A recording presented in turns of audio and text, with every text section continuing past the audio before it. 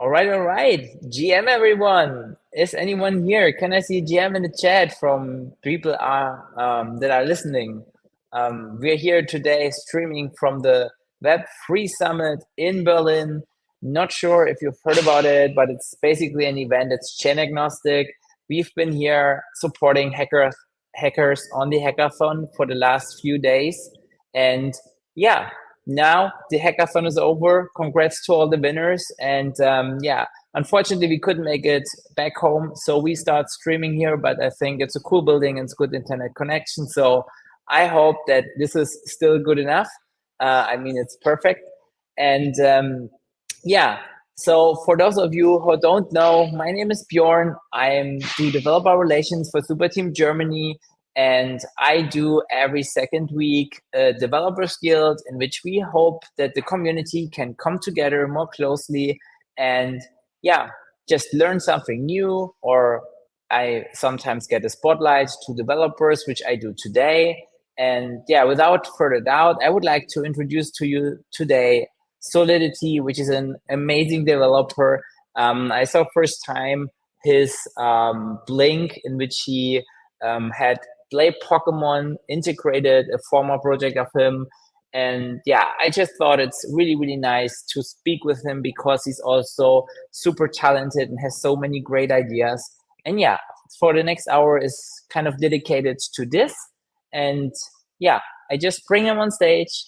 Please give him a warm welcome. Hey Solidity, how are you doing? Great to have you here on the show. Hi GM. I'm doing fine. Thanks for bringing me on too. Appreciate it. The pleasure is mine. I said before you have many great projects along the way, but maybe before we start with the tech deep dive, do you want to share maybe a few sentences about you, what you're doing, and how people can think of you? Maybe they just know your name. Yep. Yep. Yeah. Okay. I'm Solidity. So that's like my Twitter username too. I kind of like got into Solana back in 2021. It was like NFT summer. Everyone was like minting NFTs, and then I was like, oh, I made an NFT, and then kind of like got curious about how things work behind the scenes. How does like NFT and stuff works, and look into it, candy machine and stuff. I was like setting up candy machines for my friends for a while. Then I decided to like join like a DeFi startup, and after the startup closed down post FTX, I started working at a payments company called Spear. So that's where I'm at currently. I also created a Tiny SPL standard, which is like kind of like the first rent-free protocol on Solana, like the first rent-free token protocol on Solana that as like Solana price is pumping, we don't want to pay for rent for tokens all the time. So that's why I kind of like came out with Tiny SPL, and that's what generally I'm doing nowadays. I'm like working on my full-time job in Web3, and like working on like Tiny SPL and like new projects under the Tiny SPL umbrella currently. Yes. Amazing. So would you consider yourself more like a self-taught software developer, or would you say you studied it like computer science and you did some sort of a way on the university first and then you came into Yeah. the programming? Yeah. I studied computer science in college. I was like, I mean, since young, I kind of like always like computers. I was like, I don't know, like hosting HTML websites, like deploying like websites on like LAMP stack. I mean, LAMP stack was a thing back then. And just like generally like playing around with web servers, playing around with HTML, CSS, and that's why when it came for me to enter college, it kind of makes sense for me to like go down the path of learning computer science. And yeah, so I did, like I was like, I mean, in some sense, I guess I don't know, formally trained as a computer scientist, and yeah, that's kind of my background. Yes. Great. Wow, Lemstack. Oh, this is pre-cloud era, I Yeah. guess. Yeah. Really, really cool. Yeah. So, in all the world where so many blockchains are evolving, how did you find your way to Solana? So that's actually a very good question. So generally, I mean, of course, like I kind of started Ethereum a little bit in like 2018. There's like crypto kitties and shit like that. I mean, generally, back then gas wasn't that expensive, so Ethereum was still fast. 2018 was really different. It was like, you could mint a crypto kitty and then you see it on the website, and it was actually quite fast. It was like quite cheap, and it's like you don't really think much about it. You'll be like sending ETH. I mean, it is still more expensive than what Solana costs now. I mean, it might even be more expensive than like EV2, but you don't really think about it back then because like the speed of ETH was fast, and like it wasn't that big of issue. Congestion wasn't that big of issue back in 2018. I mean, crypto kitties brought some congestion, but generally it was still fine. You could still buy and sell your cats and shit and stuff like that. Then I mean, of course, like 2018 was like the ICO era, so I think everything went to zero, and like I kind of stopped looking at crypto for a while, and like until I think 2021, one day my friend pings me and be like, "Oh, there's this Shiba Inu coin is going to list on Binance. So like, why not you try to buy some on Uniswap and front run retail? It's like, oh, just like get some ETH on Uniswap and on your MetaMask, and then like swap it for Shiba Inu on Uniswap, and then tomorrow you can dump it on Binance or some stuff like that." So I tried it, and there was like so much congestion. It was like the gas was so high. It was like I believe it was $72. Like I was collating orders with like five other friends. So it's like six of us in one transaction so that we could save on gas. And the gas was $72. And then the transaction was stuck in the mempool. So it was like we didn't even get our like ETH back until like 3 days later because it was stuck in the mempool and then eventually returned to us. So that was when I was like, wait, what is happening? Like that was like kind of like my first like encounter with congestion.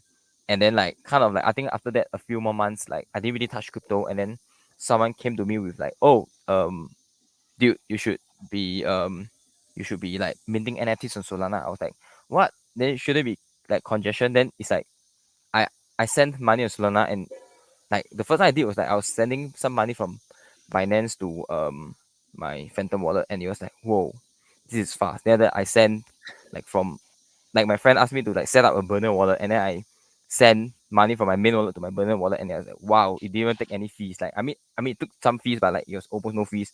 It was like the mint experience was so smooth, and I was just shocked. And interestingly, the NFTs displayed in your wallet, that was also crazy. So it was like I fell in love with Solana that moment, and it was like, yeah, never really looked back from there. Yeah. Wow, great story. I remember I remember actually two times where you touched me with this, what you just said. The first is when I was first time in Canada and we went down Mm-hmm. in a cellar somewhere to a crypto meetup, and they had those stickers with kids with cats. And I was Mm. wondering what is this cat stickers about? And of course it was crypto kitties. And then the second, of course, when you just mentioned first time using Solana, right? Yes. It's just there. It's instant. It's like, is this really blockchain what I'm using here, or what's going Mm-hmm. on? Mm-hmm. Mm-hmm. Really cool. But the way you described your journey so far, it was more like an end user's journey than a developer story. So Yes. when did you decide to actually build something on chain? Is this Yeah. also like after the mint, or how can I think of that? Yeah, I think I was like generally like curious about like building on top of NFTs back then. It was like I was already looking at like EVM NFTs a little bit back then, like the ERC standard and stuff like that. And then like when I reached Solana, kind of like the natural conclusion was like, okay, you know what? Let me see like how do NFTs work on Solana, and like it was very different, and that's what made it very interesting. And I began to look deeper into it, and like my friends were like, oh, I then kind of like I started like getting requests like, oh, you are like a programmer, right? Like want to try to help me deploy a candy machine and stuff like that. So like I was just deploying candy machines for like a few of my friends here and there back then, and then that's kind of like how I got started into development. Just like um how do you say, it's kind of like chewing the glass and like trying to figure out why the candy machine is not working, and it kind of like got me a start into development. And in a sense, it was a natural extension. Like as I started getting deeper into the ecosystem, I kind of appreciated it more. I like learned about the account model and stuff like that. Like PDAs and stuff, and it was like I kind of started liking what I was seeing. I found like coding on Solana very interesting, and that's why like I decided to find a job in the ecosystem afterwards. Yeah, so it's kind of I started my developer journey, and I mean of course with full time job as a developer, I get to learn a lot of stuff and see a lot of things every day in the ecosystem. Yeah. Amazing. Yeah, it sounds like a great journey. I mean, you have a job at Sphere Pay, what you just said, and Yes. I mean, I use it like at least once a month, and I love it. Like this off-ramping, it's like, wow. I mean, if you Oh, touched hands there, good job. Really, it's I love it a lot. Um, so the way you would describe, you would say you have now this job, and then you have, let's say, kind of fun projects where you yes, then do try to touch the edges yes, a bit. yes. Yeah, so yeah, I mean generally it's like I'm like on Twitter sometimes and it's like there'll be like new interesting things and generally it's like I'll just like if it interests me, that I'll try to like experiment with it. So like maybe things like compressed NFTs, interest me a lot back then. So I'll like try it out on my own, try to find interesting things to build with and like side projects. I mean kind of like the first kind of bigger side project I had back then was like um it's like Solana plays Pokemon. That was back in like the bear of 2023. Yeah, that was back in the bear of 2023. It was like Solana was like $8 and stuff like that. And I was like I made Solana plays Pokemon cause like the idea I kind of had for a very long time, I kind of like was very interested in like how oracles like blockchain oracles work. So I'm like, why not I just make like a Game Boy Oracle, like it's like an Oracle that just feeds data about the Game Boy game state on chain, and then you can like display the game through the like on chain and on the front end via the browser. So that was kind of like the first Solana plays Pokemon. That's like the first iteration. It got like some traction back in the bear market and like everyone's playing it. And then I think in the end we got the complete Pokemon raid. Like we went all the way to the champion and defeated the champion. Yeah, so that was interesting. Yeah, that was like kind of the first and like kind of the other ideas kind of like slowly just. I mean, it's not like I was trying to find ideas. It was generally like they kind of come naturally, like interesting things like compressed NFTs. What can you do with compressed NFTs? Like back then I think there was this like I think back in the bear of 2023, there's also this thing about I don't know on chain metadata. Everyone was like, oh, my chain can do inscriptions. Oh, my chain can do inscriptions. Like there's this like arms race on inscriptions, and then I was like, okay, what if we try to inscribe something like on chain via like a compressed NFT and stuff like that? Like instead of putting data into an account, you put it on a ledger and like try to see like how much data you can fit into like a single transaction so that it stays on the ledger and you can use that ledger as like some sort of like inscription on chain and it'll be very cheap because like Solana transactions are cheap, so it's like you have like the cheapest inscriptions possible on Solana.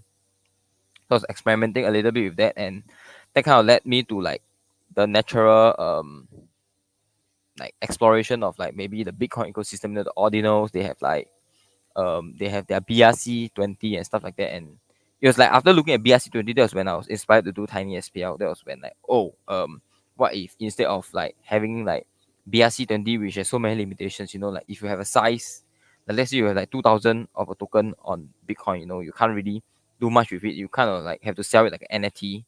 You can't really like split or join it at least that easily. So on Solana, I realized that we have this chance that we can have NFTs that are kind of like semi fungible or like totally fungible, and that you can split Yeah, and combine. Yeah, and with the extension, you can make like compressed tokens, and that was kind of like it's kind of like the natural progression of the ideas towards this like Tiny SPL thing. Yeah, so it was not like a 1 day thing. It was like a over the months, like I was exploring this ecosystem. I was exploring this ecosystem, like bringing in like the ideas from different ecosystems and trying to make something better out of those like you know base ideas. Yeah. yeah, yeah, for sure. Wow, this is so interesting. I was hoping you had like a cheat sheet, some sort of trick, because when when I was asking you if you would be willing to have this interview today, um, I wasn't sure if you would say yes or no. And then I went to a friend after you said yes, and I was asking him, "Look, do you know this guy?" And he was like, eyes were wide open. He was like, "Dude, this is like a 10x step." He's like, ask him how he comes up with this stuff because it's so at edge developing. It's like there must be a way, some sort of trick how he does it. Listening to you now and understanding that it's coming all so natural. This is so cool. I mean, this is great. This is really super cool to hear that. that it kind of finds you. So, which is also a bit sad because I now have not that cheat sheet that I might have such cool ideas in the development to develop something in the future. But yeah, maybe we find something. Yeah, I guess like um, I mean, if there's like a cheat sheet, generally it's like kind of like I mean, kind of like keeping abreast of like new changes helps. Like you also need to know what interests you. Like something that interests you, and like I think really the very important part is like really exploration. Like you need to like really touch a lot of ecosystem, touch a lot of stuff, like touch a lot of new stuff, and like kind of see if you can synthesize new ideas from those, or like yeah, I mean generally yeah, just try to just don't be afraid to try new things. Generally I feel then some of the good ideas come from trying new things. Yeah. yeah. So maybe let's talk a bit about more about playing Pokemon because we maybe have played. I mean, I did for sure play Pokemon when I was younger, but the way you developed it is already a bit more interesting because it's it has this other component with the voting in it. Maybe you want to talk a bit more about, let's say, how you developed it because I like the story a lot, and maybe also yeah, the gameplay itself, what makes it so unique. Yeah. Okay. I mean, okay, I'll say that the first version that I had was definitely more polished than the Blinks version. The Blinks version is kind of like a watered down version of the initial version, because like I had to fit like the thing into the Blink standard. I had to like fit it into like I don't know how many buttons there, like 8 buttons. Yeah, to fit it into 8 buttons and stuff like that. So it's like a little bit less flexible. Like the first version I had, it was like really like the first version was like it was just you could just press a button, and like every 10 seconds I'll just be running, like the game will just run by like a few frames, probably like 2 or 3 seconds. So every 10 seconds we'll collate all the button presses, and then the game will just continue. So then generally, like as I launched it, then there started to be more feedback. That was when like all most of the very interesting features got implemented. So like things like a chat. So some guy was like, oh, if you put a chat in this game, people can start to talk. They can start to collaborate. So that'll be cool. So then we had a chat. I implemented a chat for them, and after that there are things like, oh, people feel that gameplay is too slow, so I had to bring down the timing of like from 10 seconds to 5 seconds, and like allow them to press like two buttons at once. So for example, in Pokemon you talk to like a lot of NPCs. So I had a feature where you are able to click the button twice with one button press. So it makes it easy to complete the game, and like all these kind of small enhancements kind of made the game more playable, and made it like easier to complete. So it's like really a lot of iteration and feedback. Like the first version, I wasn't really trying to perfect it. I was just trying to have like an MVP, and it was like as it came out, there was a lot of feedback, which were very good feedback, and like that's what I did and slowly iterated onto those feedback. Also a very interesting thing for the initial game. Um, our starter actually got released back then. It was a squatter. It got released by like some malicious guy. So it became like after Squatter was released, then they started to have this group of people who will take shifts to guard the game. So like if someone will try to release our main Pokemon again, then we will try to like outvote them. So it's kind of like really kind of like decentralization. Like of course a malicious actor can do something, but it's up to like the market forces to kind of like bring it back. So I guess that was like quite interesting. And yeah, I mean we came back from release of Squatter. We were like thinking if we wanted to reset the game back to beginning so that we could try again, but then the decision was that we will continue with what we have, and we slowly train. Like I think we train yeah, we trained another Pokemon to complete the game, and it was done.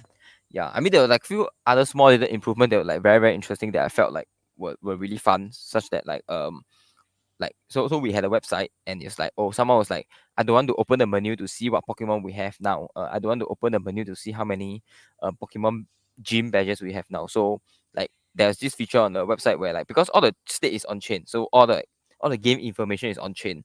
So it's like there was this way that I did where you can just get, like, for example, the number what Pokemon you have in your party. Like I get it to display on the website, like, and that was like from all the data on chain. So that was like quite cool. So yeah, I mean generally that's kind of how it was made, and like some of the interesting things that went with Solana based Pokemon, the original version.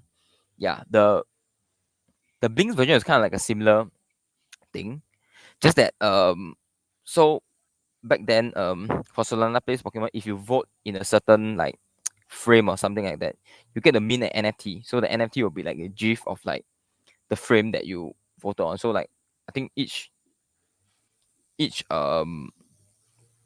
frame is like when you press one button, the game forwards for like about 2 to 3 seconds. So you get that 2 to 3 seconds as an NFT back then.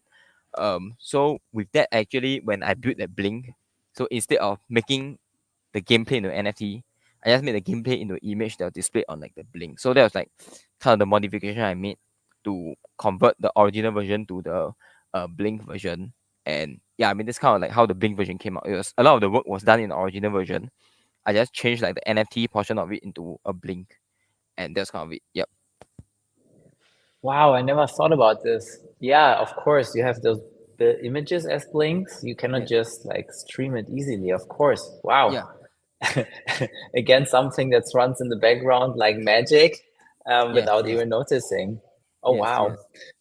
Look, there is this one thing I would love Mm, if you could talk about it yes. before we go deeper into the blink. You just mentioned that you had shifts, right? Can you maybe share about those shifts, why they happened, and I think you had some sort of a bot or something like that where people would then know if there's malicious behavior coming up, something like that, right? Yeah, yeah. So okay, we do not have a bot. It's just like really people manually sitting there. So like remember we had a chat. So it was like one day I went to the like I think it was the second day of Solana plays Pokemon. I went to the chat and it was like, oh, someone really squirted. Then I'm like, what? And then like everyone just like panicking in the chat. And then it was just like that. And then like people just started to decide like, oh, I'll be awake from this time to this time. I'll be like, looking at the game to make sure no one releases our Pokemon. And there'll be this other dude will be like, oh, I will be able to like look at the game from this time to this time. So it was quite cool.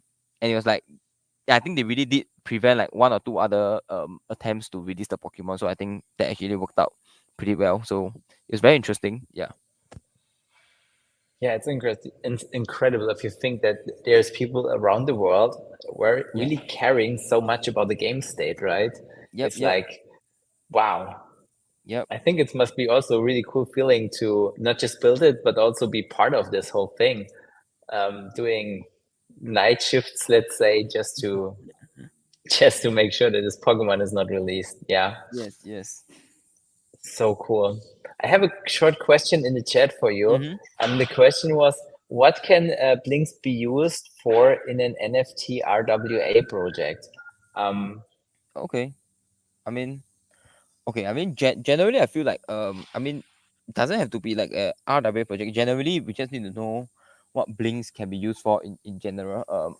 I believe there is like a V2 standard, but I think generally the V1 standard, if you boil it down, it is like a API for sending out transactions. So it's like kind of like sorry, it's not API. Sorry, it's a standard for sending of transactions through some manner. So one example of a similar API would be like Solana Pay. If I don't know if you have heard of Solana Pay, but generally what happens in Solana Pay is that you can scan a QR code with your mobile Phantom or Soulflare wallet, and then your the Phantom and Soulflare wallet will be able to build a transaction to send on chain, and the transaction can be anything. You can be sending USDC to a friend, you can be sending Soul to a friend, you can be like minting an NFT through the QR code, like whatever. It can be any valid transaction on Solana.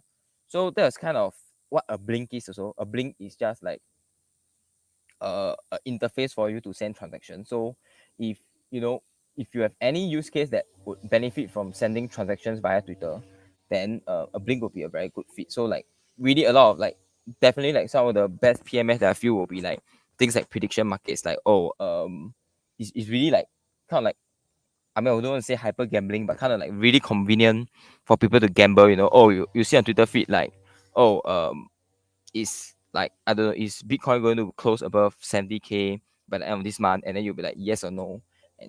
And just like very convenient for you to click on Twitter. And even for like NFT RW projects generally, yeah, I mean any project that requires users to send transactions via Twitter, like like RW projects, like maybe like property prices in Chicago is like increasing. I don't know. There's like I don't know, a democratic convention in Chicago. Like buy a share of a property now. Things like that. Like some tweet yeah, with like yeah, some tweet with like a hook, and then like you can straight away buy property in Chicago right now. I mean, you're not buying the whole property, you're like buying like a fraction of Yeah, the property. yeah, Yeah, so like things like that, I believe, kind of helps. It is very, it's always helpful to have like to make things more convenient, I guess. Yeah, so I think, yeah, I that's how agree. Blinks I can be used agree. anywhere. Yeah, yeah. I think I also saw some sort of whiskey or wine bottle that was sold using blinks Ah, yes, on the yes, fifth yes. and all those things. I think in the future there's gonna be lots of things. If you think about the blink as some sort of a conversion tool, it just Mm-hmm. brings this whole point of sale super close to the end user without actually leaving their platform or the thing they do. I think it's a super cool instrument to really have and to use and to experiment with, right? I can Yes. imagine one of the first blinks I saw was actually from you guys. Was it minting a NFT from an artist, or was it some sort of a tip from some? I Donation. remember Sphere had it. Donation. It's a donation. Yep. Yep. It's a Donation. yep. Probably you quoted it, I guess. Maybe. Yeah, yeah, yeah. I did that one. Yes, the the donation. Yes. Nice. Nice. So cool. Okay, so let's maybe move on a bit more about. So we already saw that you had a Pokemon game playing. I think Mm. you developed it during Christmas time. So thanks so much for taking time in this valuable period to to come up with something so cool. Um, you now brought it up to Blinks, and then of course, I mean, I stumbled over your post where you said the first rent-free NFT on Solana, which is like mind blowing again. And I think you started this whole journey with a Tiny SPL token. Maybe you want to talk a bit more Mm. about this as well. Yeah. Okay. So yeah. So generally, Tiny SPL was like I think I shared a little bit previously. Kind of that idea was like a combination of like the BRC20 standard and what we have with compressed NFTs on Solana. So I try to combine those two concepts to create this notion of fungible tokens. So like shit coins where you don't have to pay rent for. So and then I feel like the very interesting thing was that when I built it, I decided to make it into this Windows 95 UI. So it was a bit more interesting, and I wanted to play around with it. So and there's this like very fun thing back in like the the re- like the first few days of release, it was like, oh, everyone was trying to split their nuts and like combine the nuts. Like nuts were like the first Tiny SPL tokens, so people trying to split it and combine it, and it was like this process where they had like slowly one by one split it and then like sell it on like Tencent and stuff like that. So it was like a very interesting process back then. And then slowly we like improved the protocol. Like, oh, we created an AMM from scratch so that we can support trading of these tokens through a LP. And then like we build it. We slowly build more and more features on it, like improve the website and add more guides and like help people on board. And we in the end we also made like a bridge to the normal SPL standard, so like you can bridge from the rent free standard to like the normal SPL standard, and from the normal SPL standard back to the rent free standard. So this is kind of where the project is now in its current state. And it was like as Helios introduced like their, what do you call that, generalized compression. So that's something that I was really excited about for like a very long time too. The Helios and light protocols generalized compression. So and since that was something that like interests me a lot, that was why I started experimenting from very early on. Since like testnet days, I've been like testing the protocol. And like I kind of like so as part of the zk generalized compression rollout, Helios and the light protocol team has made like a compressed token standard. So it's kind of like a standard that's similar to how Tiny SPL is working, but slight difference that they don't really have the NFT or like the hybrid token aspect that Tiny SPL has. So Tiny SPL is kind of like a hybrid token standard where like the token is both a fungible token and a non fungible token.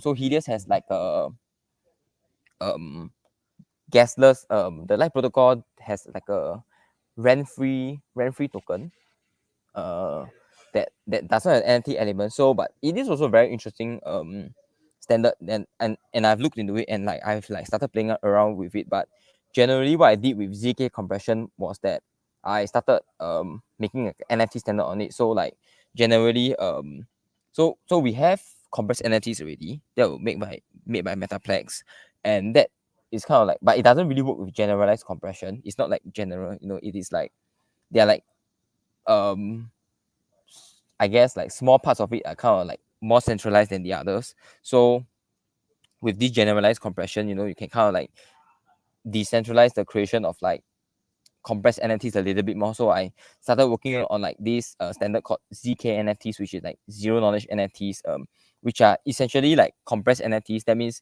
NFTs that don't take rent, that work via generalized compression, and that's kind of like what I'm focusing on as a side project now. Generally, like working on zk NFTs and like seeing like tying up with like the future of Tiny SPL and generally like yeah kind of like creating like this new standard where like the NFT is like rent free and it's not and it's more decentralized. Yes. Oh, sorry, I think you're muted. Do you hear me Okay. now? Yep, I can hear you now. Okay, sorry. I don't know what just happened. Yeah, No worries. Mm-hmm. thanks for sharing this. Honestly, I think it is so cool. You already have like this one step further. I read about the CK compression from Light Protocol and then what they did with Helios together with the whole new API and everything. It is Mm-hmm. so amazing what they come up with. And then out of the sudden, of course, you had the idea to put this NFT on it. So like amazing. How would you how would you say is the future of this? I mean, we have Metaplex as a big protocol in the ecosystem as well. We have the Mm-hmm. standard token and the token extensions now Mm. also. Where would you see the zk-NFT positioned in this? Okay, generally I see like it as like a cutting edge like NFC standard where like also generally what I want to support with zk NFTs that I want to like kind of improve upon the previous version of compressed NFTs. So like make like other operations easier. So for example, compressed NFTs like they are very hard to work with because firstly like on Solana there are like transaction size limits, and secondly compressed NFTs don't really have that many features that you can't. I mean, you can delegate the compressed NFT, but you can't like you can't freeze the delegate. You cannot freeze ownership.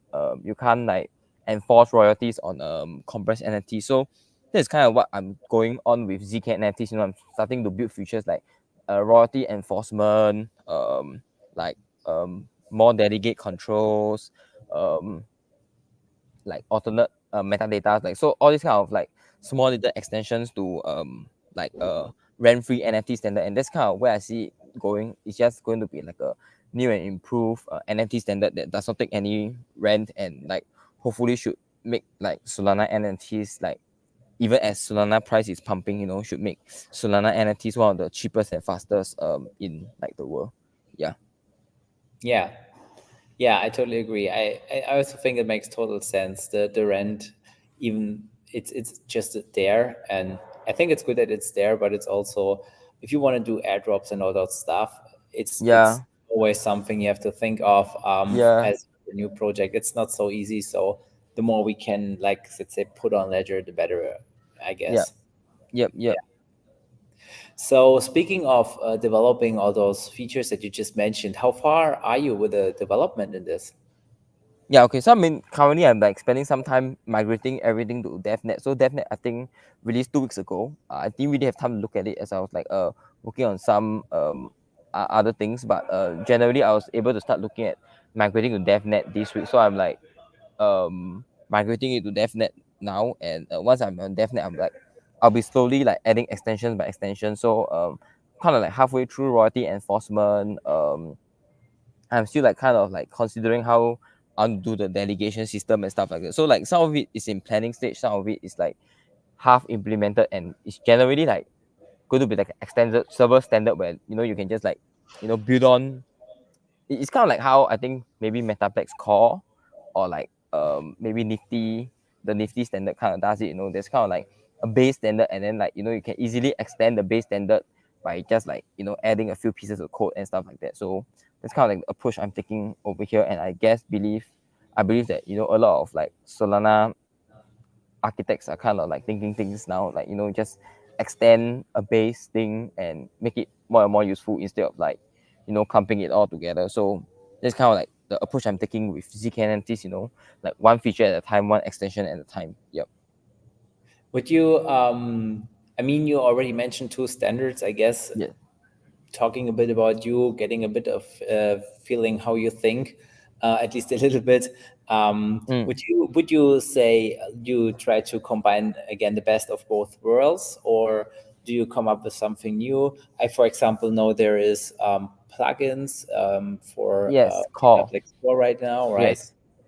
How do you plan to do it? Yeah, so generally that's kind of like the approach I'm doing. So I'm just kind of trying to take like the best of compressed NFTs and like the best of the core standard, putting it trying to put it together and like make like a compressed standard that has like so-called plugins. So this kind of like the approach I'm doing. And while the principle is the same, the actual implementation is slightly different and the usage is slightly different, but that's kind of like the inspiration behind um like kind of like the extension slash plugin system, where you have like a base standard like in core. You have just like core, and then like you add on the plugins. And like for zk-NFT also, like there are optional extensions or plugins that you can add on to make your NFT like has have more and more features. Yeah, so this kind of like you're right. This kind of like how like I'm like taking like ideas from like new products and like bringing them together to make it better. Yep. Are you working on this alone right now? Because at some point I sense that you said we, at least for the Tiny SPL part. Yeah. Okay. So for Tiny SPL, we have other engineers working for us, but like for the newer stuff, generally, I'm the guy who architects it first. Then I'll like discuss it with like I'll discuss with my engineer to see if I make sense or if I'm missing anything. Sometimes I do talk to other people in my circle that know if like something makes sense. So generally, a lot of stuff is still like one person, like the architecting, like decision making for code wise, it's kind of made by one person, but the other aspects, I'll like get the other team members. I'll get like people I know to vet some of my decisions, to just sound them out and like make sure that I'm making sense or like I'm not making a mistake. So yeah, that's kind of generally like how it's done. Nice, nice. And um, I talked with Bob a bit, Burger Mm. Bob, for example. Mm-hmm. I know he's also like super good in NFTs. Same with Leo. And he's always playing a bit around. I asked him for a question, and he said, "How easy is it to build up on top of?" So I thought I'd just ask you this question because I think it's a really cool one. Mm-hmm. Wait, how easy is it to build app on top of? Yeah, on top of the NFT standard. I mean, you already said you're implementing many features, right? Ah, yeah. Maybe So if you want to, yeah.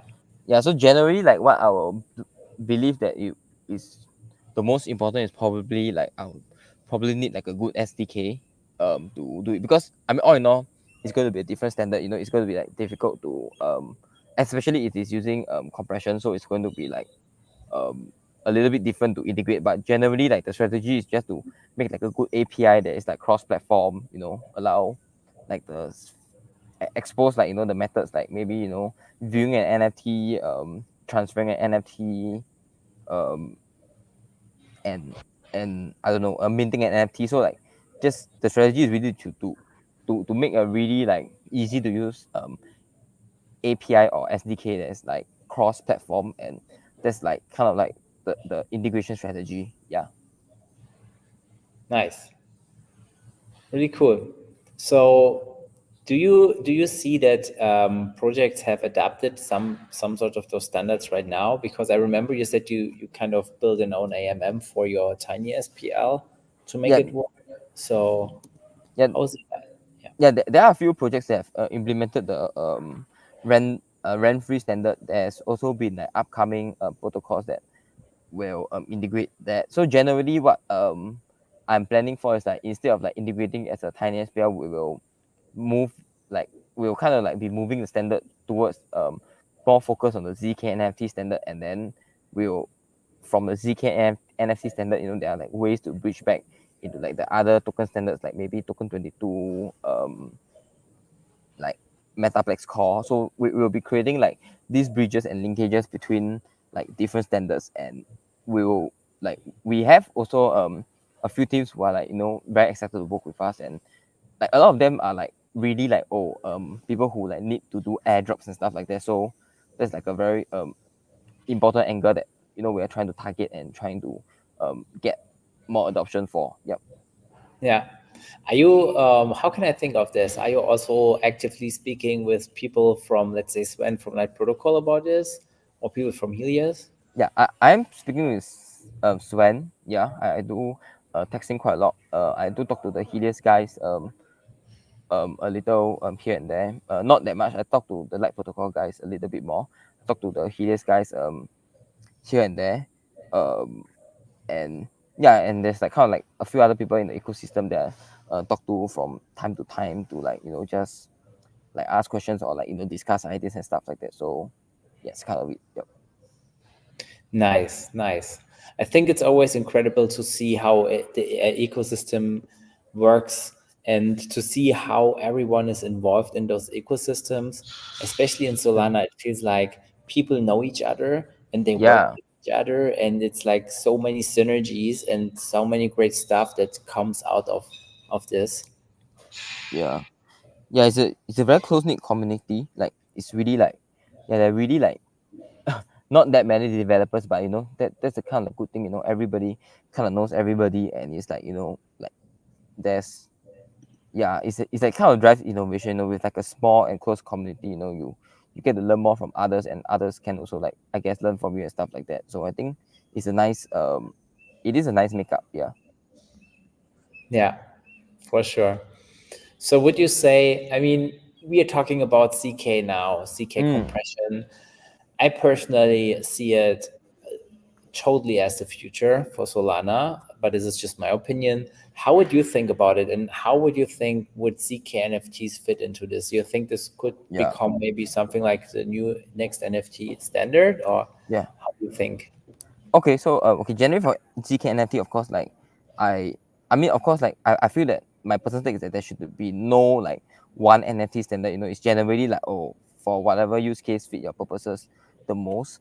Personally, my approach with zk-NFTs is that I'm trying to let it fit as many use cases as possible while still maintaining like the features of like rent free. So like we my goal is that we want to have like the cheapest chain for NFTs like in the world. Like no matter what chain, you can say that, oh, Solana has the cheapest NFTs, and those NFTs can do a lot of things like, oh, royalty enforcement,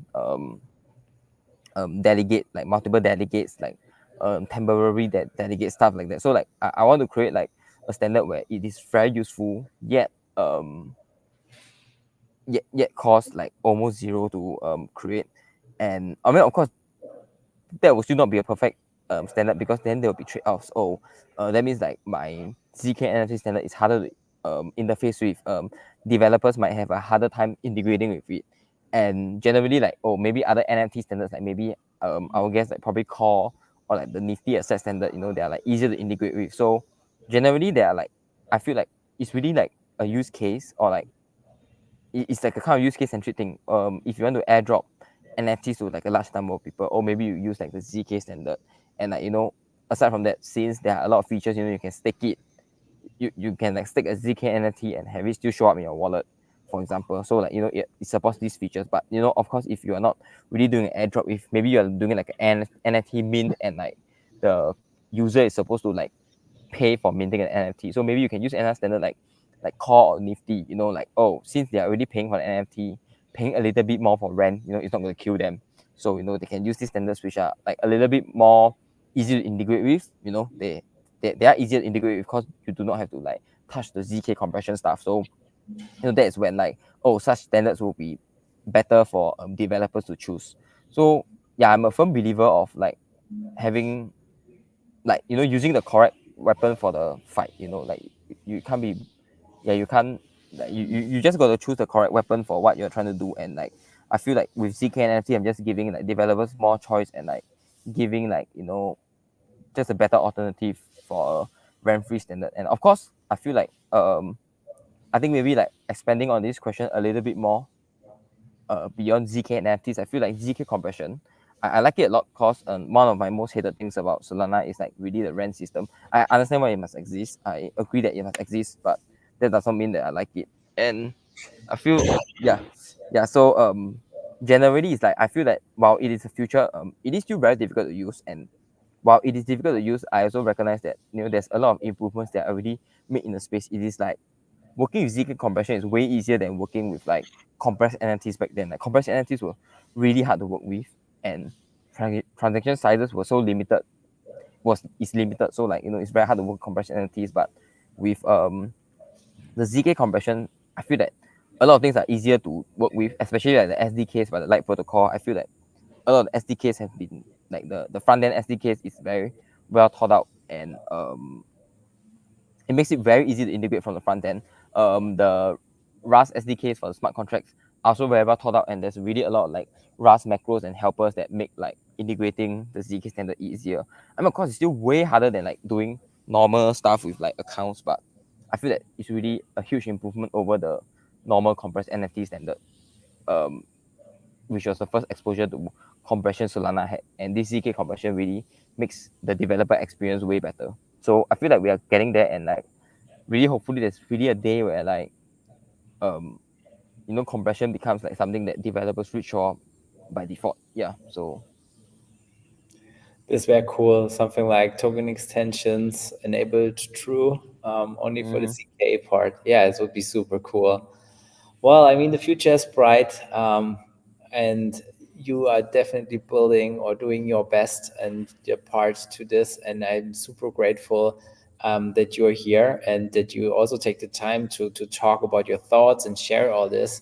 I mean, all your work is also open source, so everyone can also see what you're doing, also participate in it. And yeah, it's so cool. So we reached 50 minutes now. I would like to open it up for questions. I saw in the chat we have a few questions. So if it's okay for you, I would just like give you one or two questions. And then, yeah, we see how it goes. Yeah, it sounds good. Nice. So the first question I see here is, what is the difference between Metaplex Core and CK compression? Yeah. Okay, I mean generally like core is like this new standard by Metaplex. I think generally like really the main selling point of core was like they have this single account that stores everything that represents NFT, which is like I mean, it sounds very normal, it sounds very like boring, like, oh, doesn't it make sense? Shouldn't we just store everything that represents NFT in one place? That wasn't always the case in Solana. We used to like to store things in different accounts. We have like PDAs and stuff which we store like different parts of like an NFT. So generally, kind of that's what like the big change in a core is, and that kind of like makes the developer experience easier because everything is in one place. You don't have to like go and derive some PDA to work with something. So that is an improvement. Of course, core also makes like has this optional extension system where you can add on features to the NFT as you like. So ZK compression ZK NFT is actually different. What I do with ZK NFT is that I actually do not do the single account model that core does because compression is different.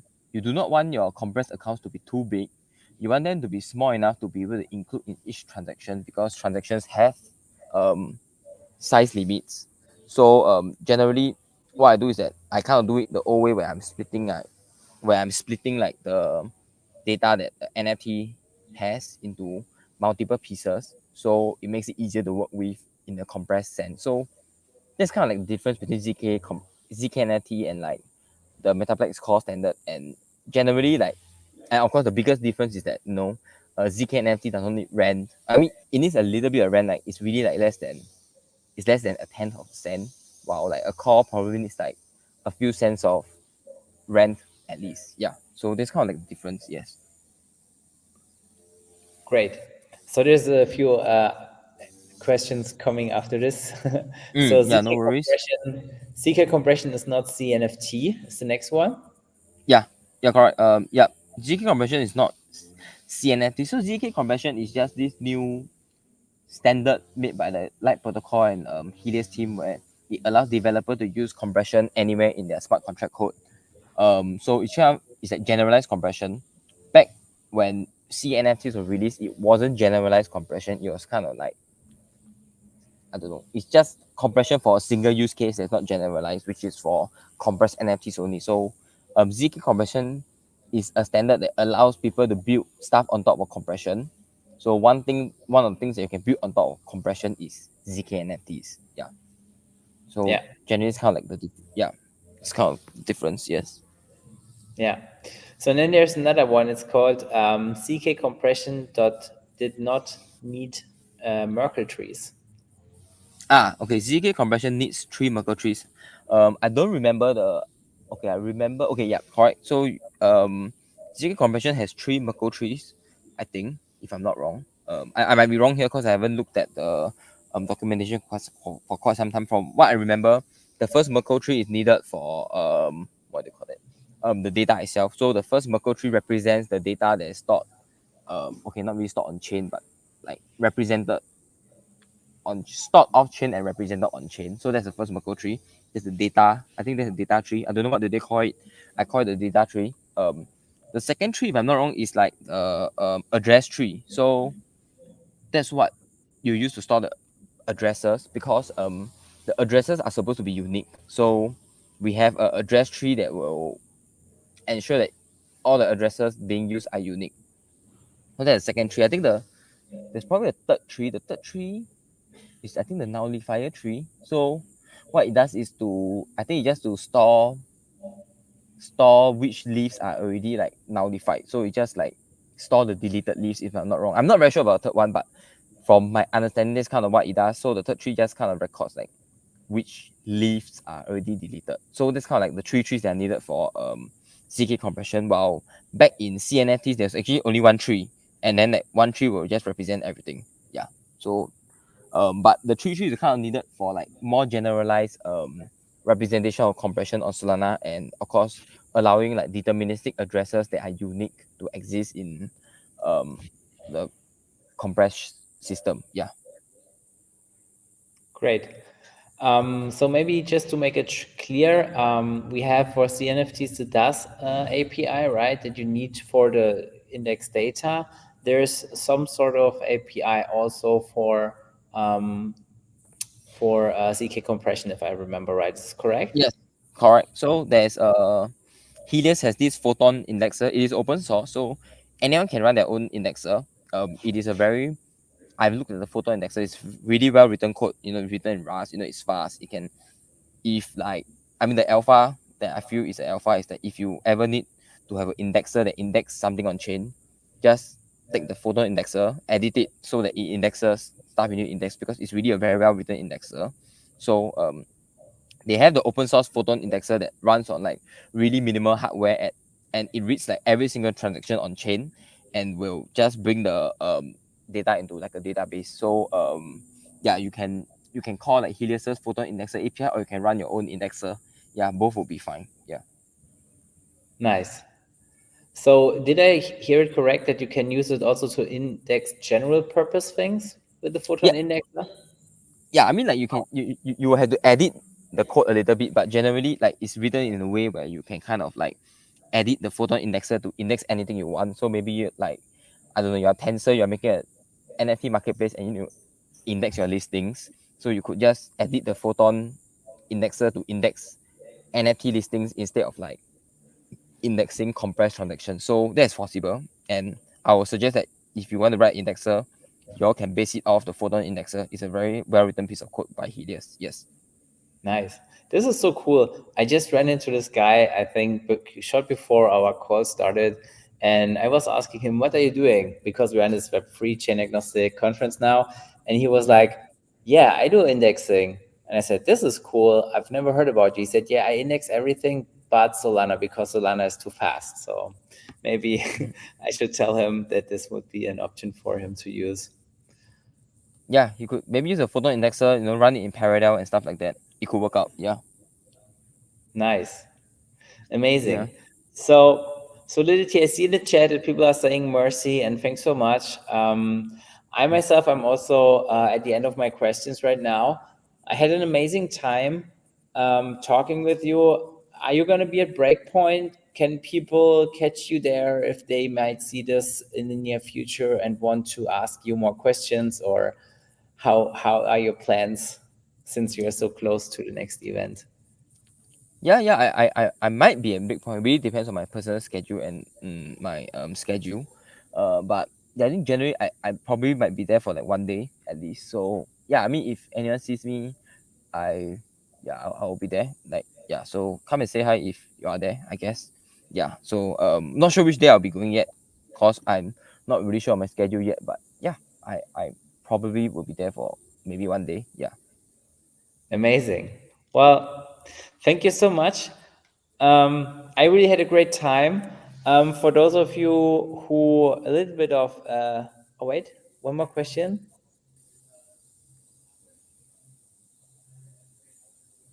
Okay. Okay, the question is, please verify important for decentralized Solana tutorial on how to be a validator with Fire Dancer. Okay, I apologize. I do I do not know that too. I've never really tried running a validator and stuff like that. But I mean, yeah, it should be an interesting Actually, this is exercise. a So, pretty good mm-hmm. question, which also I have no idea about. We have friends, for example, from staking facilities. I promise, I will forward this question in the chat, and I will make sure that I get an answer. And once I have it, I will share it. So if you guys are good with that, please follow us at SuperTeamDE on Twitter, and then I will share it there the moment I got an answer. Um, yeah, because I think it's an important question, of course. And if it answers out, maybe things will change a lot, of course. And yeah,